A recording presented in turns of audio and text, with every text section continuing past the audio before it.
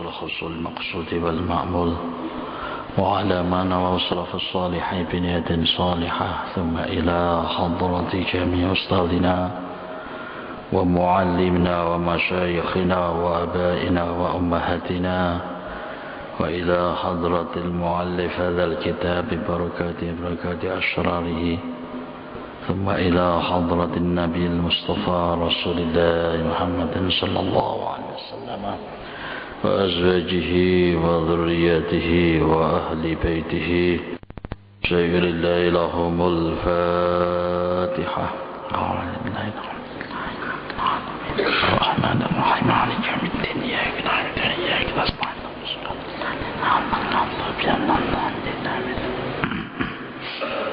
Alhamdulillah wa syukru ala ni'matillah asyhadu an la ilaha illallah wahdahu la syarika lah wa asyhadu anna sayyidana wa nabiyyana Muhammadan abduhu wa rasuluhu alladzi la nabiyya ba'dah Allahumma salli wa sallim wa barik ala sayyidina Muhammad ibn Abdillah wa ala alihi wa sahbihi wa man walah wa la hawla wa la quwwata illa billah amma ba'd. Hadratal mukarramin, para sesepuh yang kami hormati, para bini sepuh yang kami muliakan, para bapak ibu jamaah salat subuh yang kami cintai. Pertama kali sebagaimana lazimnya kita umat yang beriman tentu paham dan mengerti tidak ada ucapan yang paling mulia derajatnya kecuali ucapan rasa syukur kita kepada Allah Subhanahu wa ta'ala. Dengan ucapan Alhamdulillah pagi hari ini telah kita rasakan kenikmatan berupa kesempatan waktu hingga kita bisa melangkahkan kaki menuju masjid untuk bersama-sama sholat berjamaah dan bisa melanjutkan untuk duduk bareng, ngaji bareng dalam membahas ilmu Allah. Harapan kita semuanya, semoga anugerah kesempatan waktu yang mana kita ditakdirkan bisa bermuajahah kali ini betul-betul mendapatkan tambahan ilmu yang bermanfaat untuk kemaslahatan kita menuju ridha Allah fid dini wad dunya wal akhirah. Amin ya rabbal alamin. Para bapak ibu hadirin wal hadirat rahimakumullah, kita lanjutkan pengajian kita berkenaan dengan faham-faham yang mana beliau Rasulullah telah memberikan isyarah innahu may ya'ish minkum ba'di fasayara ikhtilafan katsira. Sesungguhnya kamu nanti akan hidup setelah aku, kata Nabi. Fasayara ikhtilafan katsira, akan melihat beraneka ragam perbedaan, dan akan melihat berbagai macam aliran dan faham, akan menghadapi berbagai macam golongan.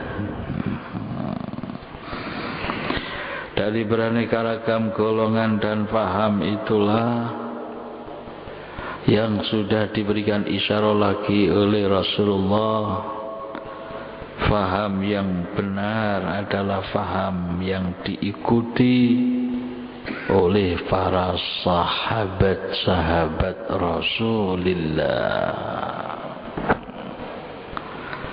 Apabila kamu menghadapi beraneka ragam aliran dan faham,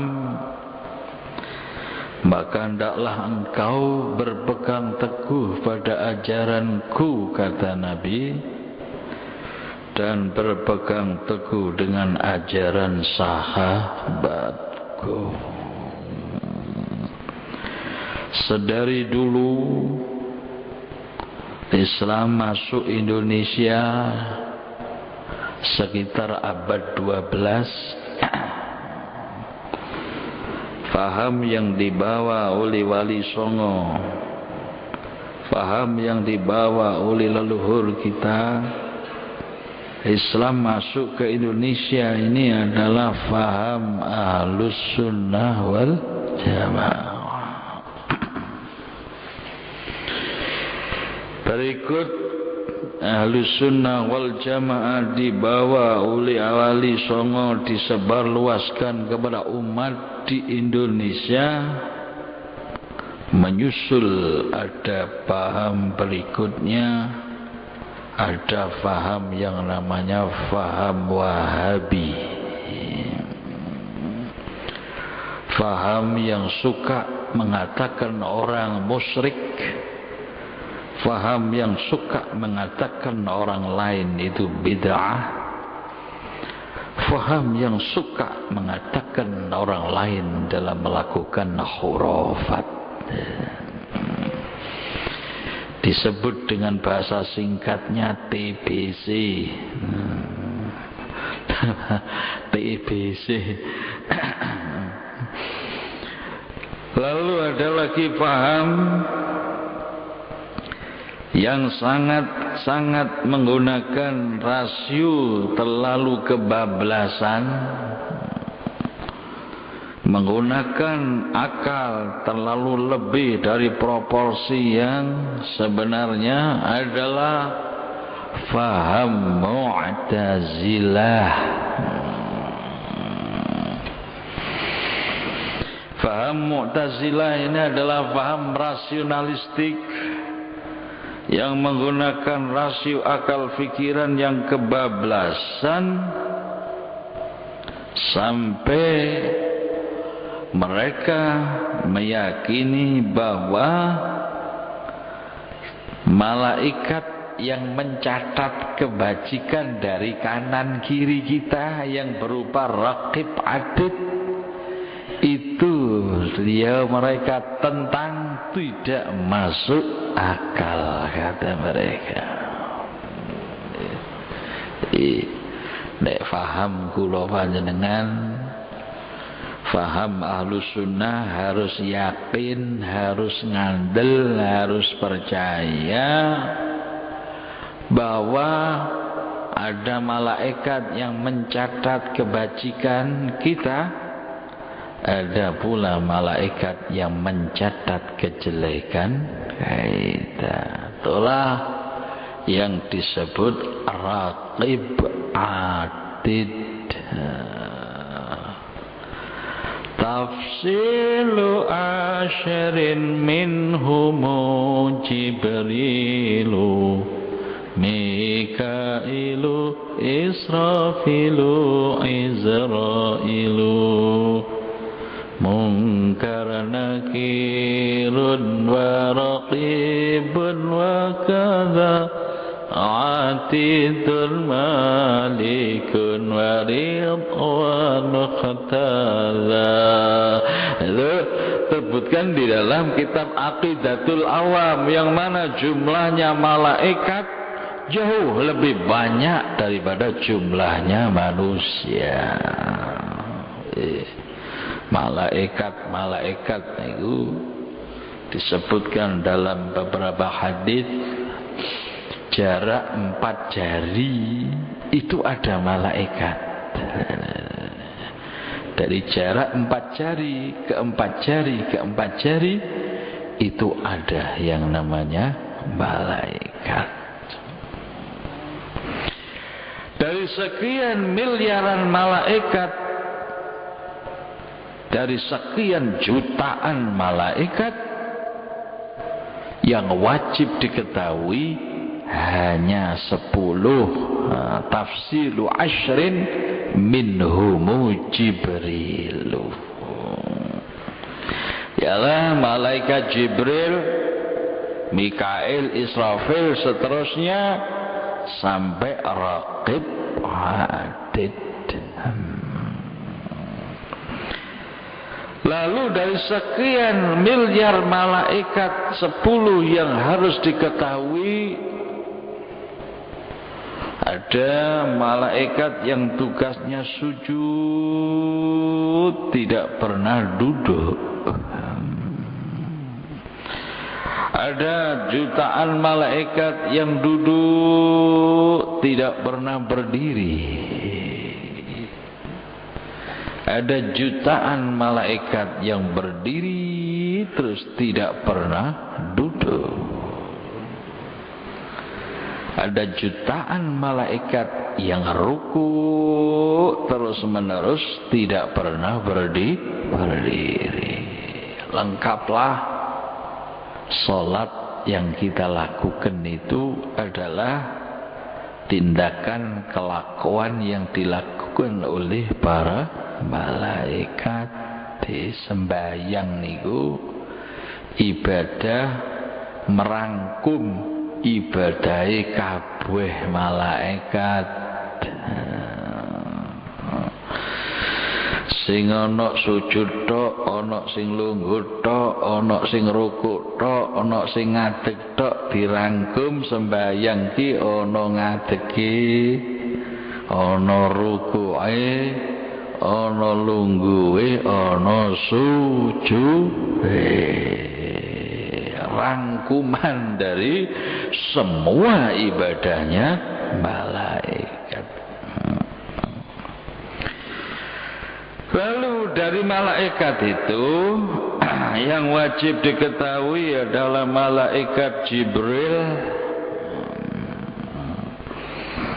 Iya biasa ya arek kadung kepinteran, pinter bantah, pinter debat. Nah, paham Mu'tazilah itu salah satu adalah paham yang jikalau duduk-duduk senang berbantah-bantahan, senang berdebat-debatan, senang untuk berdiskusi yang kadang-kadang diskusinya berlebih-lebihan. Itu diantara faham Mu'tazilah. Lah faham Mu'tazilah yang berkeyakinan tidak ada malaikat raqib atid yang mencatat kebajikan, tidak ada malaikat yang mencatat kejelekan. Apa bantahan mereka? Bahwa Allah itu adalah Maha Tahu. Inna Allah alimun bizatis sudur.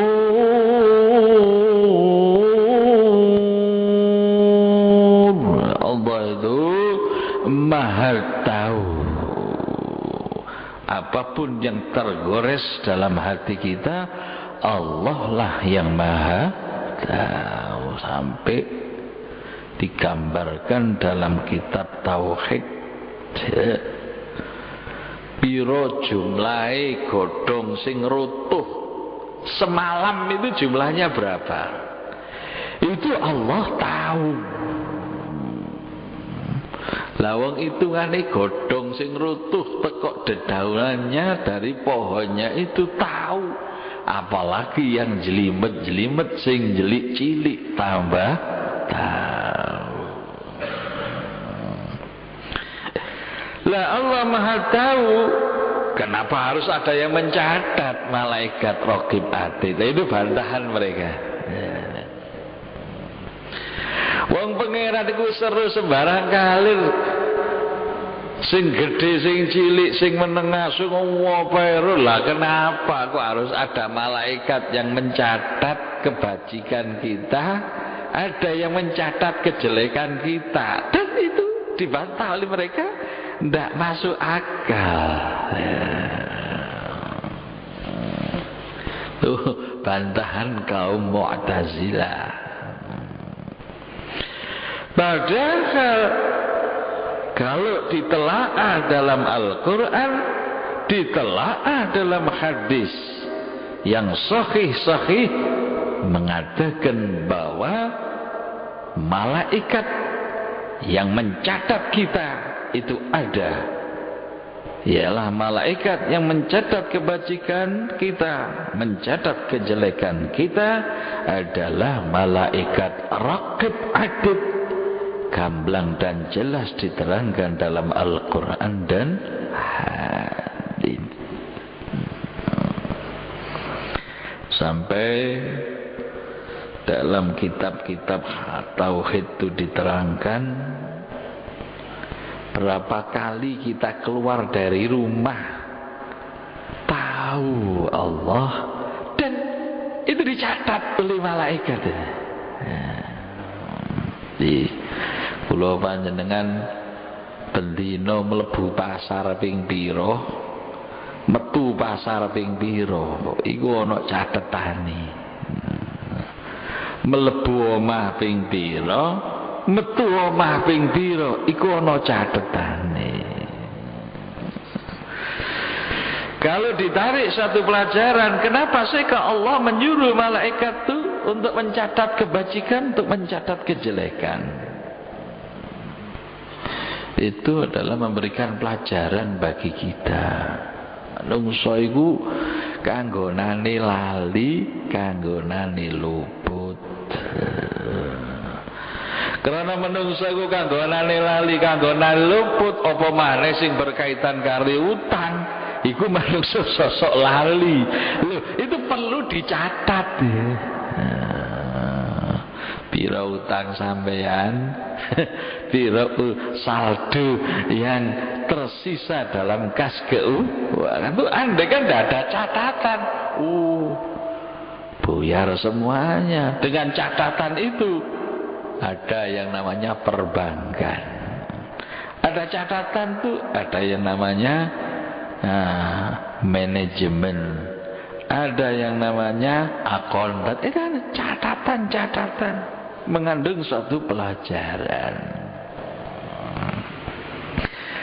Lalu kenapa sih kok manusia itu kejelekannya dicatat, kebajikannya kok dicatat? Mengandung hikmah di mana nanti di akhirat tuh Allah akan menunjukkan keadilan yang sebenar-benarnya. Inil hukmu illa lillah.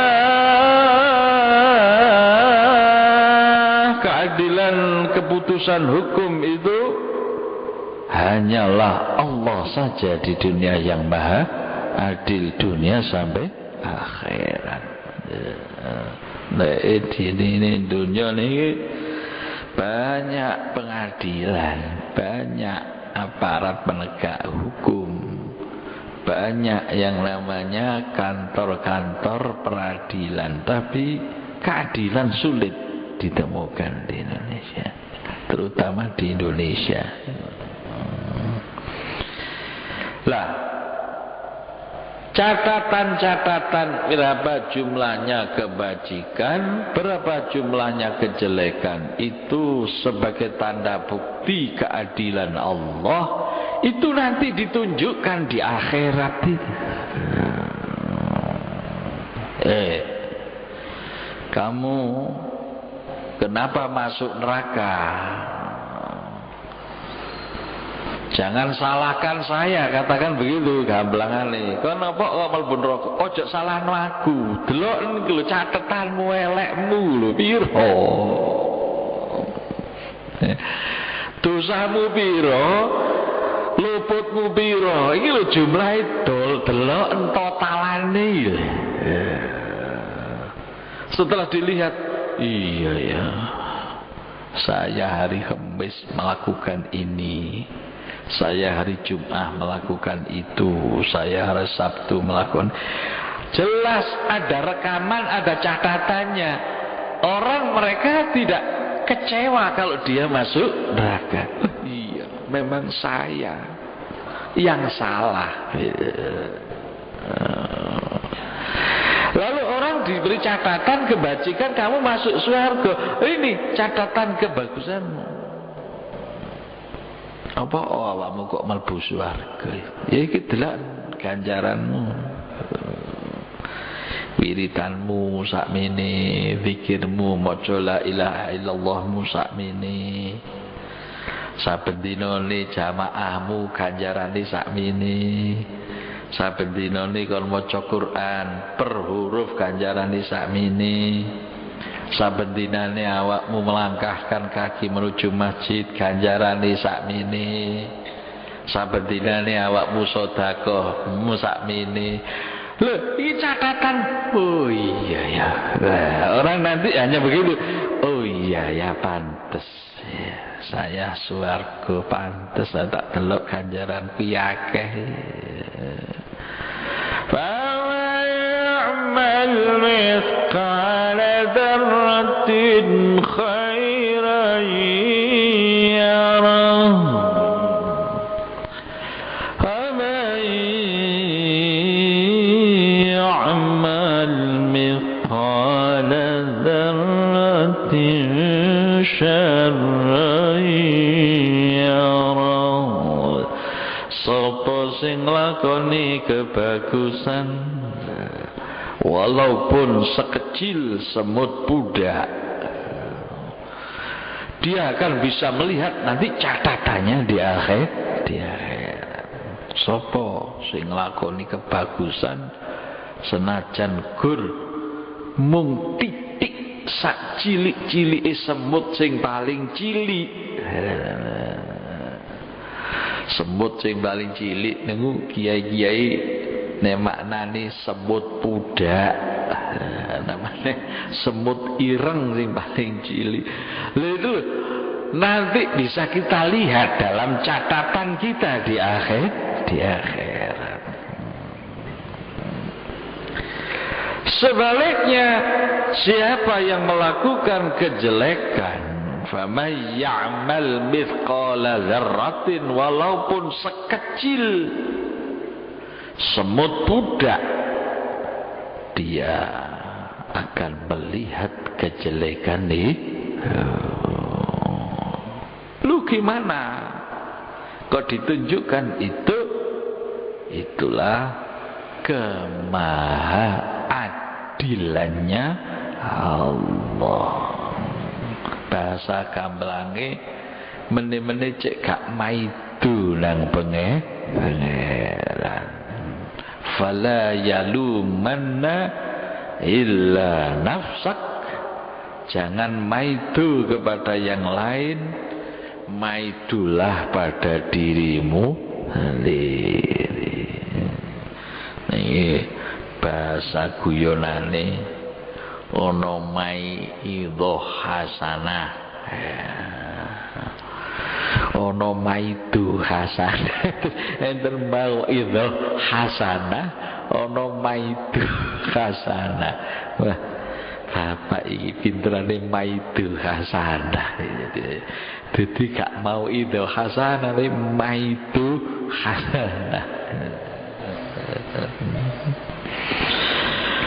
Lah paham yang mereka lontarkan dengan argumentasinya Allah Maha Tahu, Allah Maha Tahu.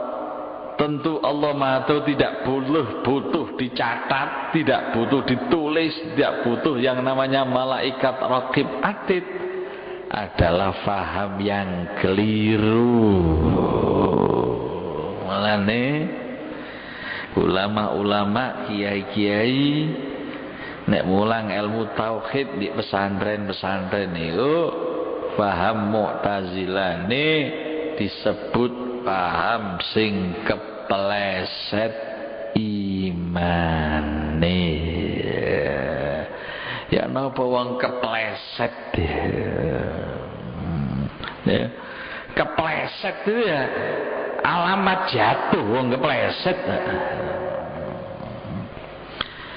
Nah, faham yang sedemikian rupa inilah harus ditolak, harus ditentang dan harus dilawan.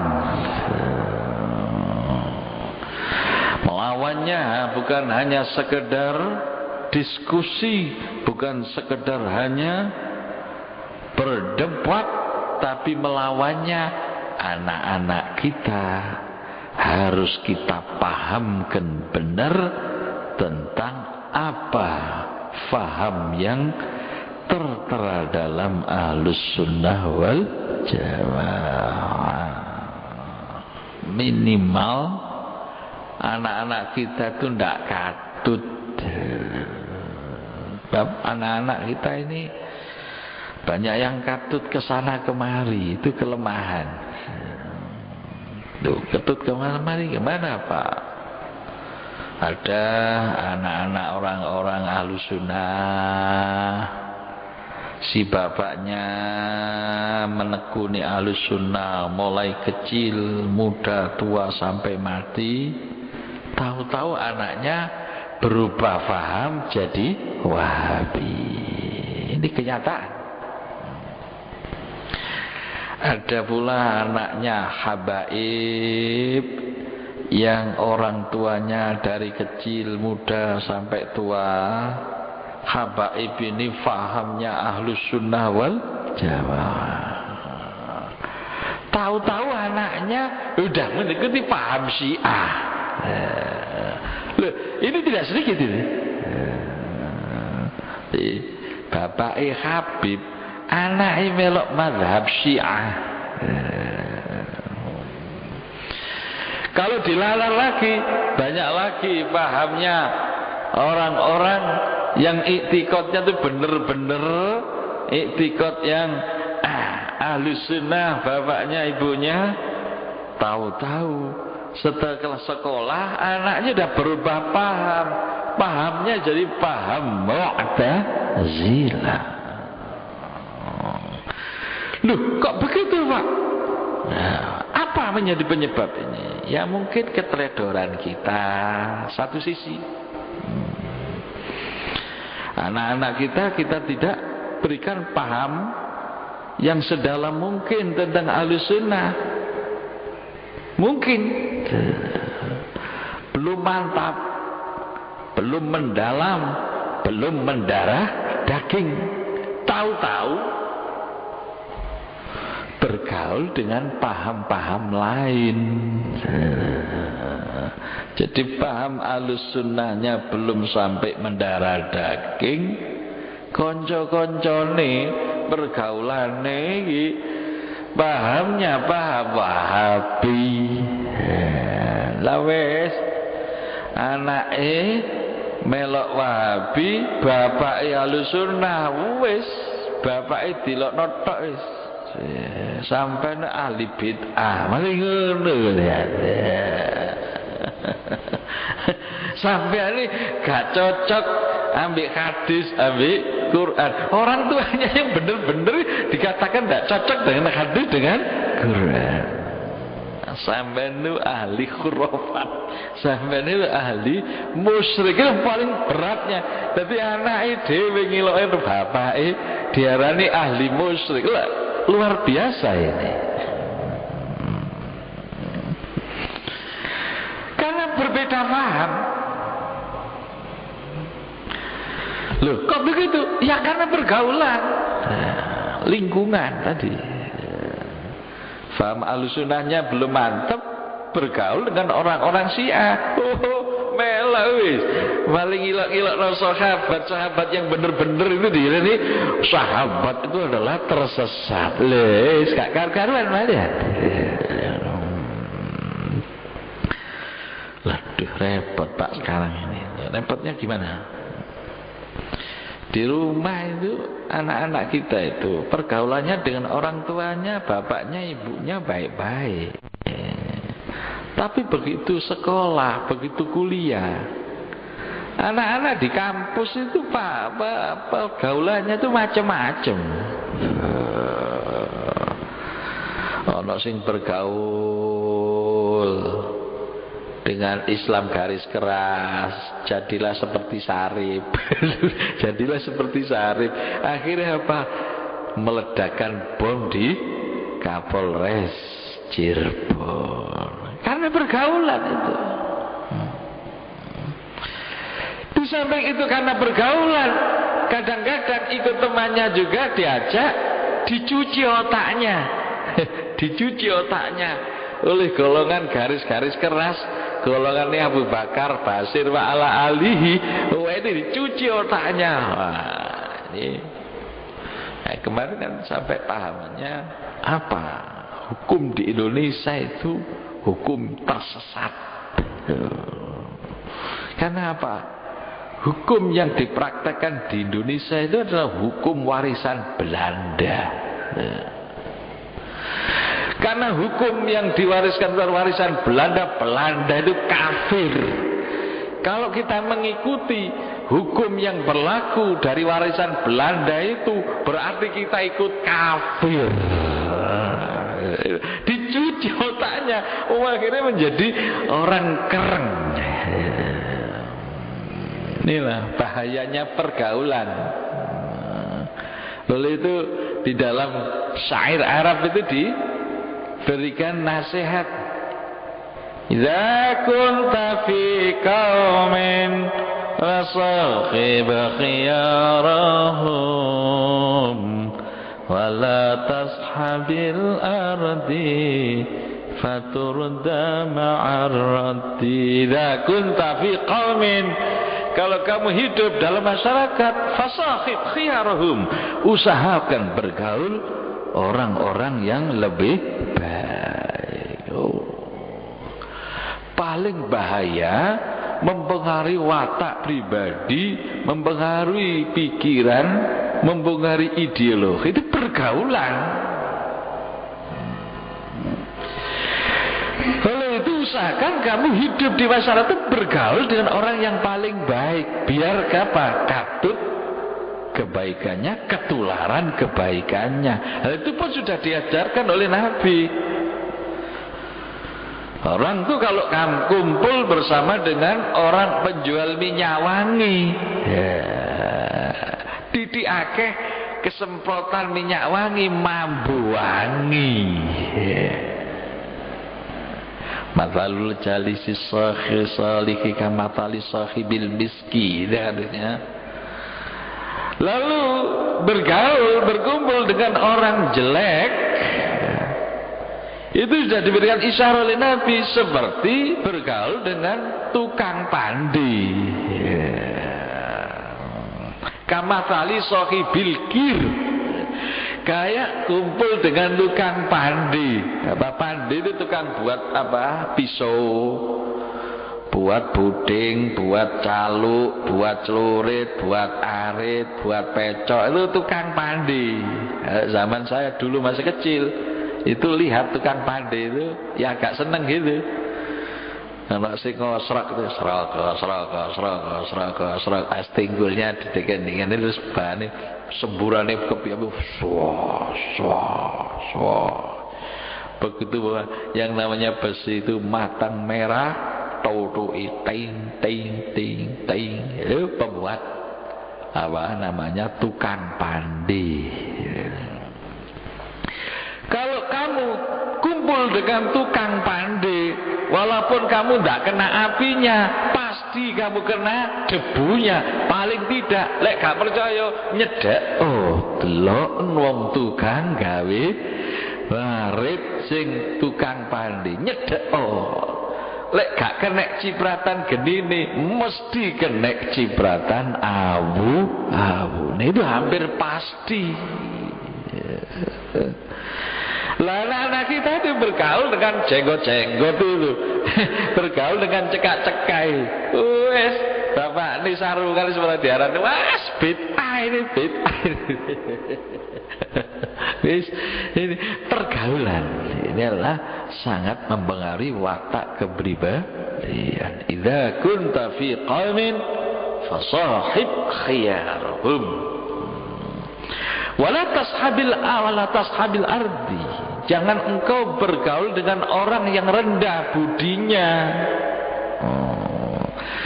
Kalau kamu bergaul dengan orang rendah budinya, ya kamu akan turun derajatmu, hampir kayak disamakan dengan orang yang tidak punya akhlak, tidak punya aturan, tidak punya tata Karama.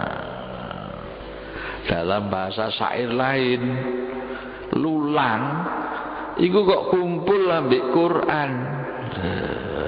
Yang namanya zaman dulu tuh kitab-kitab itu kan ada samaknya dibuat dari kulit sapi, ada lulang.